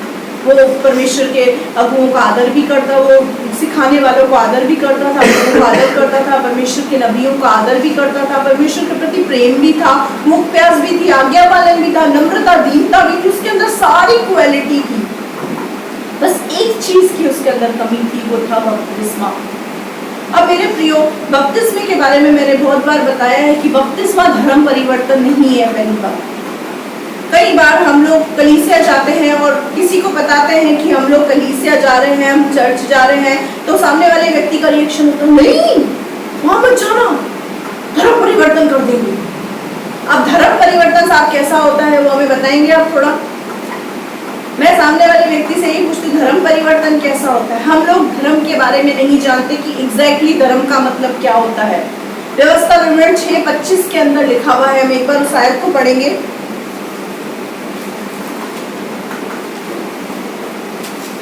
सबसे बड़ा झटका सामने वाले को अगर चर्च का बोलो तो यही लगता है कि धर्म परिवर्तन हो जाएगा। और यदि हम परमेश्वर यहोवा की दृष्टि में उसकी आज्ञा के अनुसार इन सारे नियमों के मानने में चौकसी करें, तो क्या हमारे लिए धर्म ठहरेगा? हालेलुया। एग्जैक्टली जो धर्म का मतलब है, हकीकत में जो धर्म का मतलब है वो यही है कि अगर हम अपने परमेश्वर की आज्ञाओं का, जो उसकी दृष्टि में है, इन सारे नियमों को मानने में चौकसी करें, तो हमारे लिए यही धर्म ठहरेगा। अगर हम परमेश्वर की आज्ञा का पालन कर रहे हैं, धर्म की अगर डेफिनेशन बोलूं तो आज्ञा पालन ही धर्म है। परमेश्वर की इच्छा के अनुसार इस संसार में जीना ही धर्म है। परमेश्वर की इच्छा के अनुसार चलना धर्म है। उसके बनाए हुए कायदे कानून नियम के अनुसार चलना धर्म है। ये परिभाषा, इतनी सारी परिभाषा मैंने आपके सामने रखी है, धर्म की परिभाषा है। परमेश्वर पर विश्वास करना ही धर्म है। अगर हम ईश्वर पर विश्वास करते हैं, परमेश्वर पर विश्वास करते हैं, उसके तरीके से, उसको कहते हैं धर्म। अपने तरीके से नहीं कि मुझे ये करने में संतुष्टि मिलती है तो ये मेरे लिए धर्म है, नहीं। जिस बात से हमको संतुष्टि मिलती है वो धर्म नहीं है। जिस बात से उसको खुशी मिलती है, उसको प्रसन्नता मिलती है, वो धर्म है। तो हम किस धर्म से बिलोंग करते हैं? यीशु मसीह कोई धर्म चलाने नहीं आया। यीशु मसीह तो अनंत जीवन देने आया है, यीशु मसीह तो स्वर्ग का जीवन देने आया है, यीशु मसीह तो हमें स्वर्ग ले जाने के लिए आया है। इंपोर्ट एक्सपोर्ट का बिजनेस करता है यीशु मसीह, नरक से आत्माओं को उठाता है, स्वर्ग में पटकता है। और हम कहते हैं कि धर्म परिवर्तन कोई चीज है ही नहीं, ये सिर्फ अफवाह है जो शैतान ने लोगों के थ्रू फैला रखी है, धर्म परिवर्तन। और यहाँ पर जब बपतिस्मे के बारे में जब एक फिलिप्पुस इसको बता रहा है कि तेरे अंदर सारी खूबियां हैं, लेकिन बस एक ही कमी है, वो क्या? तूने बपतिस्मा नहीं लिया। मेरे प्रियो, बपतिस्मे का मतलब है अपने आप को परमेश्वर के अधीन करना। मैल धोने का मतलब नहीं है कि भैया बहुत दिन से हम नहाए नहीं है तो थोड़ा नहा धो लेते, हर साल डुबकी लगा लेते। नहाए नहीं है, मैल हो गई है, थोड़ा साबुन वाबुन लगा के अच्छे से रगड़ देते हैं। पास्टर जी यहाँ से भी रगड़ दो, यहाँ से भी रगड़ दो। नहाए नहीं हम बड़े दिन से, इतना बिजी शेड्यूल है, नहाए धोए नहीं है तो थोड़ा हिला लो, साफ सुथरा कर दो, बदबू आ रही है। नहीं, बाइबल में लिखा हुआ है साफ सुथरा कि बपतिस्मा मैल धोने का अर्थ नहीं है। अपने आप को पूरी रीति से परमेश्वर के अधीन करना, परमेश्वर के हाथों में सौंपना, बपतिस्मे का मतलब ये होता है। अगर कोई कहे बपतिस्मा धर्म परिवर्तन है तो मेरे पास ले आना। बपतिस्मे का मतलब धर्म परिवर्तन नहीं है। हर साल मैंने काफी लोगों से सुना है कि लोग जाकर क्या करते हैं, वो गंगा में जाके डुबकी देते हैं। हर साल हरिद्वार जाते हैं, पुष्कर जाते हैं, यहाँ वहाँ जाके डुबकी देते हैं। तो वो कौन सा धर्म परिवर्तन कर रहे हैं? वो कौन सा धर्म अपना रहे हैं? अगर वो डुबकी देने जा रहे हैं तो वो भी तो कोई धर्म अपना रहे होंगे। सेम थिंग यहाँ पर होती है, बस फर्क सिर्फ इतना है कि ये काम हम हर साल नहीं करते, कि हम मैल धोने के लिए नहीं जाते, पाप धोने के लिए नहीं जाते। हमारा परमेश्वर पाप पहले धोता है, जीवन बाद में बदलता है। हालेलुया। प्रभु यीशु मसीह पहले पाप धोता है, उसके बाद जीवन बदलता है। हालेलुया। पहले हम मन फिराते हैं, सबसे पहले हमारा जीवन पाप से दूर होता है, उसके बाद हमारा जीवन बदलता है, उसके बाद हम परमेश्वर की अधीनता के अंदर चलते हैं। बपतिस्मे का मीनिंग यही है। हम एक आयत को पढ़ेंगे, तीतुस की पुस्तक, उसका 3 का 3रा अध्याय, उसका 5 और 6 पढ़ेंगे।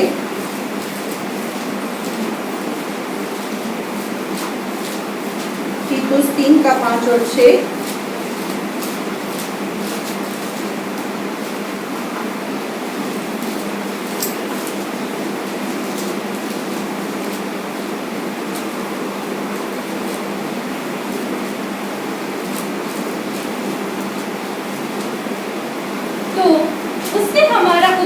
किया और यह धर्म के कामों के कारण नहीं जो हमने आप किए। यहाँ पर लिखा हुआ है कि उसने हमारा उद्धार किया, यानी प्रभु यीशु मसीह ने हमारा उद्धार किया, और वो धर्म के कामों की वजह से नहीं कि हम कुत्ते को रोटी खिलाते हैं, गाय को रोटी खिलाते हैं, अनाज फेंकने जाते हैं, सुबह सुबह पक्षियों को दाना डालते हैं। ये धर्म के कामों के कारण हमारा उद्धार नहीं हो सकता। अगर हम सोच रहे हैं हम गरीब को खाना खिला रहे तो हमारा उद्धार हो जाएगा, ये सब चीजें जो धर्म हम समझते हैं उसके अनुसार हमारा उद्धार नहीं हो सकता। आगे, जो हमने आप किए, ये धर्म के काम हम स्वयं कर रहे हैं, और इसको हम धर्म के काम करके बोलते हैं कि यही है जो हमें स्वर्ग लेके जाएंगे। आगे, पर अपनी दया के अनुसार, परमेश्वर की दया के अनुसार अगर हम उद्धार को प्राप्त करना चाहते हैं, मोक्ष को प्राप्त करना चाहते हैं, मुक्ति को प्राप्त करना चाहते हैं, स्वर्ग को प्राप्त करना चाहते हैं, तो ये परमेश्वर की दया के अनुसार हो सकता है मेरे प्रियो, ये उसकी दया के अनुसार। और नए जन्म के स्नान, नए जन्म के स्नान। अब नए जन्म का मतलब क्या? मतलब वापस माँ की कोख में जाने का नहीं। नए जन्म का मतलब पुनर्जन्म, कि सुसाइड कर लेते वापिस दूसरा जन्म उत्पन्न हो जाएगा हमारा? नहीं। नए जन्म का स्नान मतलब है बपतिस्मा, पिता पुत्र पवित्र आत्मा के नाम से बपतिस्मा लेना, नए जन्म के स्नान। और आगे, और पवित्र आत्मा के हमें नया बनाने के द्वारा हुआ। हालेलुया। सबसे पहले हमने बपतिस्मा लिया, उसके बाद पवित्र आत्मा ने हमारे जीवन के ऊपर साया किया और हमारे जीवन को नया कर दिया। हालेलुया। बपतिस्मे का मतलब है अपने आप को परमेश्वर की अधीन करना, अपने आप को बोलना कि आज से मेरे ऊपर तेरी हुकूमत चलेगी। संसार चाहे कुछ भी बोले, लोग चाहे कुछ भी बोले, रिश्तेदार चाहे कुछ भी बोले, लेकिन आज के बाद मेरे ऊपर सिर्फ तेरी हुकूमत चलेगी। जैसा तू बोलेगा मैं वैसे करूंगा। अब जैसा वो बोलता है वैसा हम करते हैं तो लोग हमको ईसाई बोलते हैं। अब चाहे ईसाई बोले चाहे कसाई बोले, हमने तो अपने आप को उसके अधीन कर दिया। हमें संसार के लोगों से, रिश्तेदारों से कोई मतलब नहीं है, चाहे कोई कुछ भी बोले, क्योंकि हमें स्वर्ग जाना है। और स्वर्ग जाने के लिए जिस ट्रेन को हमको पकड़ना है उस ट्रेन में हम बैठ चुके हैं। जो आना चाहता है उनके लिए भी वेलकम है, जो नहीं आना चाहता अब वो उनकी स्वेच्छा है। हालेलुया। आगे बढ़े। जिसे उसने हमारे उद्धारकर्ता यीशु मसीह के द्वारा हम पर अधिकारी से उंडेला, जिसे उसने हमारे उद्धारकर्ता यीशु मसीह के द्वारा हम पर अधिकारी से उंडेला है। मेरे प्रियो, परमेश्वर की जो दया है वो दया यही है जो यूहन्ना 3:16 के अंदर लिखा है कि परमेश्वर ने जगत से ऐसा प्रेम किया, जगत पर ऐसी दया की कि उसने अपने इकलौते पुत्र प्रभु यीशु मसीह को दे दिया, ताकि जो कोई इस पर विश्वास करे वह नाश ना हो, अनंत काल का जीवन पाए। उसकी दया ही थी कि उसने अपने इकलौते पुत्र को हमारे लिए भेजा। उसकी दया, उसका प्रेम ही था मेरे प्रियो कि उसके पास एक ही बेटा था, उसने उस बेटे को क्रूस पर कुर्बान किया और उसके बाद बोला कि अब जो उस पर विश्वास करेगा, इस बलिदान पर, इस क्रूस की मृत्यु पर विश्वास करेगा, वो नाश ना होगा, वो अनंत काल के जीवन को प्राप्त करेगा। वो नरक में नहीं जाएगा, वो स्वर्ग के अंदर जाएगा, वो अनंत काल का, सदा काल का जीवन पाएगा। हालेलुया। उसने यीशु मसीह के द्वारा हमारे ऊपर उस दया को उंडेला है, उस प्रेम को उंडेला है। उस प्रेम को हम समझें और उसी प्रेम को यहाँ फिलिप्पुस कनाके के मंत्री को दिखा रहा है, समझा रहा है। हालेलुया। मेरे प्रियो, इसीलिए हमारे जीवन के अंदर सिखाने वाला अगुआ शिक्षक जरूरी है, फिलिप्पुस जरूरी है हमारे जीवन के अंदर। कई लोग इस कलीसिया में आते हैं, अन्य कलीसियाओं के अंदर आते हैं, उनको बपतिस्मे का मतलब ही नहीं पता, उनको यीशु मसीह का सुसमाचार ही नहीं पता। उसका कारण सिर्फ यही है, फिलिप्पुस से कोई रिश्ता ही नहीं है। अगर फिलिप्पुस लाइफ में है, उससे रिश्ता नहीं है। और बहुतों के जीवन में फिलिप्पुस ही नहीं है, सिखाने वाले ही नहीं है। और बहुत से लोगों के पास सिखाने वाला है तो उनके अंदर सीखने की इच्छा नहीं है। नुकसान हमारा है, नुकसान हमारा है। सिखाने वाले का कोई नुकसान नहीं है, उसके पास तो जो सीखने आएगा वो उसको सिखाएगा। लेकिन अगर हम सीखना नहीं चाहते तो हम नुकसान में हैं। हालेलुया। यहाँ पर लिखा हुआ उसने यीशु मसीह के द्वारा उंडेला, फिर जिससे हम उसके अनुग्रह से धर्मी ठहरकर अनंत जीवन की आशा के अनुसार वारिस बने। हम उसके अनुग्रह के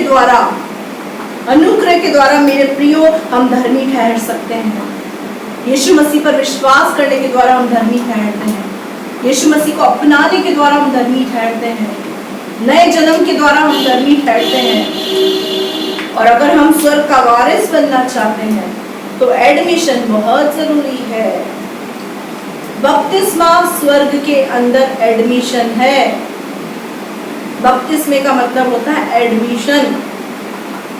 जब तक किसी स्कूल के अंदर हमारा एडमिशन ना हो, हम उस स्कूल के अंदर स्टडीज को नहीं ले सकते, हम ग्रेजुएट नहीं कहला सकते, ग्रेजुएशन की डिग्री नहीं प्राप्त कर सकते, रिजल्ट नहीं प्राप्त कर सकते। तो बैप्टिज्म क्या है? बपतिस्मा स्वर्ग के अंदर एडमिशन है। नामकरण क्या होता है? नाम लिखाई। यहाँ पर लिखा हुआ है इसके द्वारा हम धर्मी बने और इसके द्वारा वारिस बने। अब ऐसा नहीं है कि हम दारू पी रहे हैं, सिगरेट पी रहे हैं, गाली गलौज कर रहे हैं, ये सब कुछ करते हुए बपतिस्मा लेके नाम लिख जाएगा। नहीं, ये मैल धोना नहीं है, ये मैल धोना नहीं है। सबसे पहले है मन फिराव, उसके बाद आता है बपतिस्मा, प्रगटीकरण, परमेश्वर के अधीन होना। सबसे पहले संसार के कामों से, पापों से, संसार से हमको मन फिराना है, गलत कामों से मन फिराना है, अपने आप को पूरी रीति से परमेश्वर में लीन करना। उसके बाद सेकंड प्रोसेस होता है अपने आप को परमेश्वर के अधीन करना बपतिस्मे के द्वारा, कि आज के बाद मेरी हुकूमत, मेरे ऊपर सिर्फ तेरी हुकूमत चलेगी। हालेलुया। आगे हम पढ़ेंगे इसको बेटा, प्रेरितों 8 का, वापस से वहीं आएंगे जहाँ छोड़ा था हमने। फिलिप्पुस ने कहा, यदि तू सारे मन से विश्वास करता है तो ले सकता है। अब यहाँ पर क्या बोल रहा है? कंदाकी का मंत्री बोल रहा है। कंदाकी का मंत्री बहुत खूबसूरत बात बोल रहा है। यहाँ पर पानी भी है, जल भी है, सब भरपूर भरपूर है, चारों तरफ सब कुछ अच्छा अच्छा है, मैंने सुसमाचार भी सुन लिया, तो अब मुझे किस बात की हो? तू तो मुझे यही डुबो दे, तू तो मुझे यही डुबो दे, मैं अभी ही परमेश्वर के अधीन होना चाहता हूँ। इसने बोला मैं मम्मी से पूछ के आता हूँ, ये डैडी से पूछ के बताऊंगा, अपनी पत्नी से पूछ के आऊंगा। इसके जीवन के अंदर जब इसने सुना ना, सिर्फ तुरंत एक्शन लिया, तुरंत अपनी आत्मा के प्रति हमें जागरूक रहना है, हमारी आत्मा के प्रति हमें चिंता करनी है। हमारा लेखा हमारे मॉम डैड, हमारे रिश्तेदार, हमारे रिश्ते नाते, संसार के लोग या हमारे घर के लोग नहीं देंगे। हमारा लेखा हमको स्वयं को देना है। उन्होंने परमेश्वर के वचन को नहीं सुना, लेकिन आपने सुना है। आप बोल ही नहीं सकते कि ये फलाना रुकावट थी, ढिमकाना रुकावट थी, नहीं बोल सकते। क्यों नहीं बोल सकते? क्योंकि आपने वचन को सुना है, उन्होंने नहीं सुना। हालेलुया। आगे हम पर लिखा हुआ है, यहाँ पर उसको क्या बोल रहे हैं फिलिप्पुस, कि यदि तू सारे मन से विश्वास करता है और तो ले सकता है। इसका मतलब तू पूरे मन से विश्वास करने का मतलब है, पूरे मन से विश्वास करने का मतलब क्या है मेरे को बताएं? पूरे मन से विश्वास करने का मतलब है मन फिराव। अगर हम पूरे मन से खुदा पर विश्वास करते हैं तो हमारे कामों से दिखेगा। अगर हमने पाप की राह को छोड़ दिया, संसार की राह को छोड़ दिया, इसका मतलब हम सारे मन से परमेश्वर पर विश्वास करते हैं। हमने उन कामों को छोड़ दिया जिनसे परमेश्वर घृणा करता है, इसका मतलब हम सारे मन से विश्वास करते हैं। यहाँ पर ये मंत्री को बोल रहा है, अगर तू सारे मन से विश्वास करता है तो तू ले सकता है। आगे बेटा जल्दी जल्दी। उसने उत्तर दिया, मैं विश्वास करता हूँ कि यीशु मसीह परमेश्वर का पुत्र है।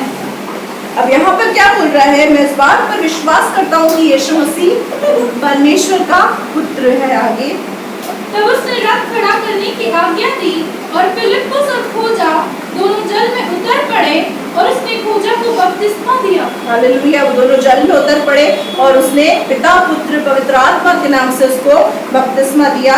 जब वे जल में से निकलकर ऊपर आए तो प्रभु का आत्मा फिलिप्पुस को उठा ले गया और खोजे ने उसे फिर न देखा और वह आनंद करता हुआ अपने मार्ग पर चला गया। हालेलुया। अब यहाँ पर उसने उसको डुबकी दी और जैसे ही वो पानी से बाहर निकला, फिलिप्पुस को परमेश्वर का आत्मा उठाकर कहीं और ले गया। फिलिप्पुस का काम खत्म। मेरे प्रियो, आपके जीवन से जो परमेश्वर का योजना है, युक्ति है, वो पूरी हो जाएगी तो परमेश्वर आपके जीवन के अंदर आगे का स्टेप आपको दिखाएगा। अब यहाँ पर लिखा हुआ है मेरे प्रियो कि यहाँ पर जब फिलिप्पुस वहां से उठा दिया गया और खोजे ने फिर उसको दोबारा ना देखा और वो आनंद करते हुए अपने मार्ग पर चला। मेरे प्रियो, जब उसने परमेश्वर की आज्ञा को पूरा किया, एक आनंद उसके जीवन के अंदर आया, एक सुकून उसके जीवन के अंदर आया कि अब मैं परमेश्वर के योग्य बन चुका हूँ। हालेलुया। उसके अंदर हमने 5 खूबियों को देखा। अगर गहराई से देखें तो उस कंदाकी के मंत्री के अंदर बहुत सारी खूबियां हैं, लेकिन एक ही उसके अंदर कमी थी, वो था परमेश्वर की अधीनता को पूरी रीति से स्वीकार करना। यीशु मसीह का सुसमाचार उसको नहीं पता था।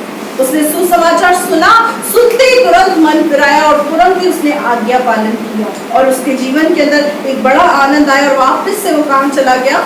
अपने घर की ओर। आगे फिलिप्पुस अश्दोद में आ निकला और जब तक कैसरिया में न पहुंचा तब तक नगर नगर सुसमाचार सुनाता गया। और फिलिप्पुस अश्दोद में आ निकला और जब तक कैसरिया में न पहुंचा तब तक नगर नगर सुसमाचार सुनाता गया। मेरे प्रियो, फिलिप्पुस प्रभु का जो दास है, अगुआ है, शिक्षक है, सिखाने वाला है, नबी है, वो क्या कर रहा है?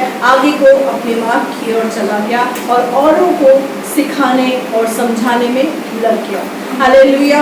मेरे प्रियो, हमारे जीवन के अंदर आज हमने देखा कि फिलिप्पुस का होना कितना जरूरी है, एक अगुवे का होना, शिक्षकों का होना हमारे जीवन के अंदर कितना जरूरी है। मेरे प्रियो, जैसे सांसारिक ज्ञान को प्राप्त करने के लिए हमें टीचर्स की जरूरत होती है, स्कूल की जरूरत होती है मेरे प्रियो, उसी प्रकार आत्मिक शिक्षाओं को प्राप्त करने की, आध्यात्मिक ज्ञान को प्राप्त करने के लिए मेरे प्रियो चर्च की, कलीसिया की, यरूशलेम की हमको जरूरत है, और अगुओं की हमको जरूरत है, टीचर्स की हमको जरूरत है, शिक्षकों की हमको जरूरत है, प्रभु के दास दासी की हमको जरूरत है मेरे प्रियो। अगर वो जरूरत हम अपने जीवन के अंदर महसूस नहीं कर रहे हैं तो हम कभी भी सफलता को प्राप्त नहीं कर सकते। अधीनता, अगुओं की अधीनता में रहना, उनकी बातों को मानना, उनको दुगना आदर देना, ये सब चीजें हमारे जीवन का महत्व रखती हैं। ये सब चीजें हमारे जीवन के लिए बहुत जरूरी है। हम अपनी आंखों को बंद करें, मेडिटेट करें कि हमारे जीवन के अंदर ये सारी बातें हैं जो आज हमने कंधाकी की मंत्री के अंदर देखा। क्या वो गुण हमारे अंदर है? क्या हमारे जीवन के अंदर फिलिप्पुस है? हम फिलिप्पुस का आदर करते हैं? क्या हमारे जीवन के अंदर कोई फिलिप्पुस नहीं है, कोई सिखाने वाला नहीं है? क्या वो भूख प्यास जो कंधाकी की मंत्री के अंदर थी वो हमारे अंदर है? क्या वो नम्रता जो उस मंत्री के अंदर थी हमारे अंदर है? क्या हम प्रभु के दास दासियों से विनती करते हैं या उन्हें ऑर्डर देते हैं? हमारे जीवन के अंदर क्या है मेरे प्रिय? हम कैसे हैं? हम फिलिप्पुस की महत्वता को अपने जीवन के अंदर कितना महत्व देते हैं? हमारा वे ऑफ टॉकिंग, हमारा बोलने का तरीका अगुओं से कैसा है? हमारा स्वभाव, हमारा उठना बैठना अगुओं के साथ कैसा है? इन चीजों को हम समझें। अगले रविवार को भी अगुओं से रिलेटेड हम आगे बातों को सीखेंगे कि हम आशीषित और श्रापित कैसे बनते हैं। लेकिन फिलहाल जो आज हमने सीखा है उस बात पर मेडिटेट करें, ध्यान दें कि क्या हम फिलिप्पुस की महत्वता को अपने जीवन में समझते हैं। Hallelujah, thank you Jesus.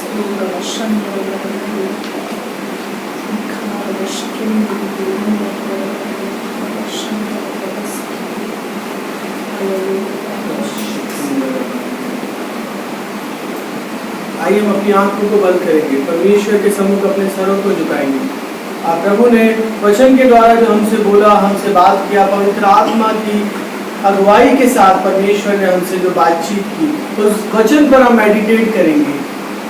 रबा शिखंद रबारी अल्लाह रबा वकिल्ला रबा।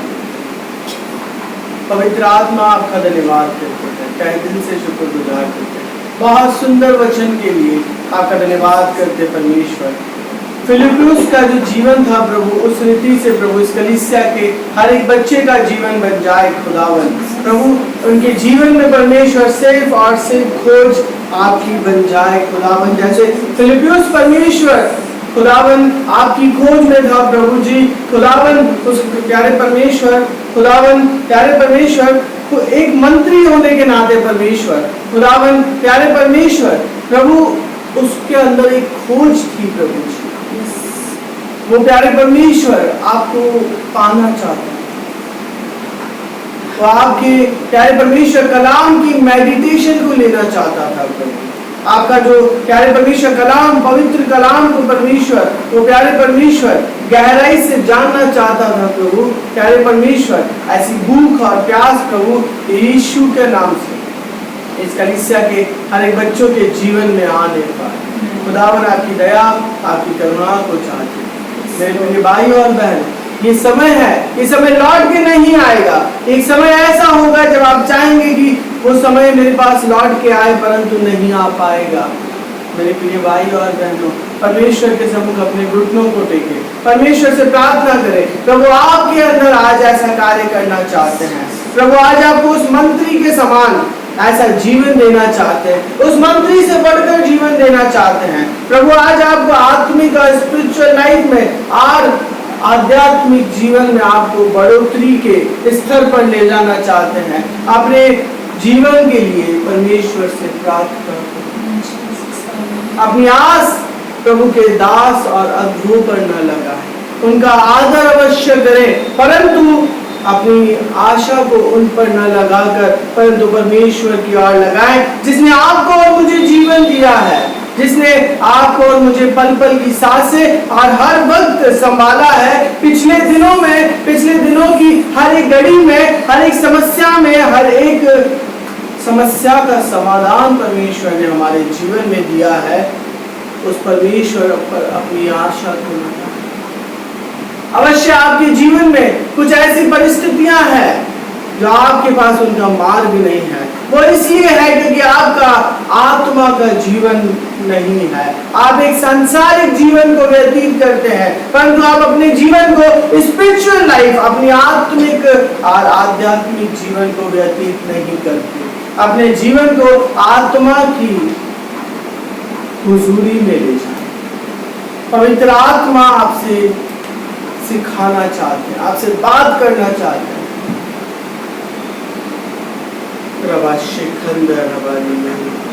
आप जिस भी स्थान पर बैठे हैं, ये ना सोचे कि परमेश्वर की हुजूरी मेरे जीवन में किस रीति से आएगी। प्रभु आपके करीब है। प्रभु आज आपके जीवन में एक अद्भुत कार्य करना चाहते हैं। प्रभु आज आपके जीवन को बदलना चाहते हैं। आपकी जीवन की जो कमी है, उस कमी पर परमेश्वर रखना चाहते हैं। जैसे उस कंदाके के मंत्री की जीवन की एक ही कमी थी और उस कमी को परमेश्वर ने बदल दिया और अपने प्रेम और अपने रूप, अपने स्वरूप में बदल दिया।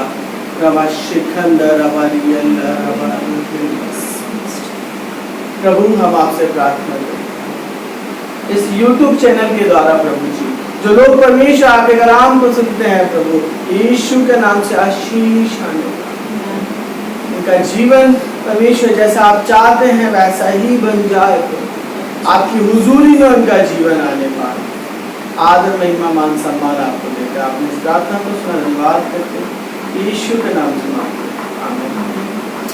आइए मेरे प्रिय भाइयों और बहनों, अपनी आंखों को बंद करेंगे, परमेश्वर के सम्मुख अपने सरों को झुकाएंगे और आशीष वचन को प्राप्त करेंगे।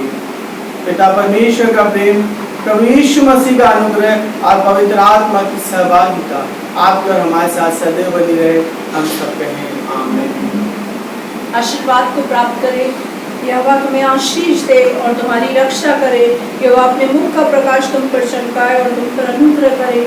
यहोवा अपना मुख तुम्हारी ओर करे, तुम्हें अपनी शांति से भरे। सब कहे आमीन। हालेलुया। प्रभु वचनों के द्वारा आपको आशीष दे। जय मसीह की। Praise the Lord. आज की सभा के द्वारा और परमेश्वर के कलाम के द्वारा प्रभु आप सबको आशीष दे और बढ़ाए। और अगर जिन तक परमेश्वर का कलाम नहीं पहुंच पा रहा है तो आप इसे लिंक को शेयर करें और परमेश्वर का वचन हर एक तक पहुंच सके।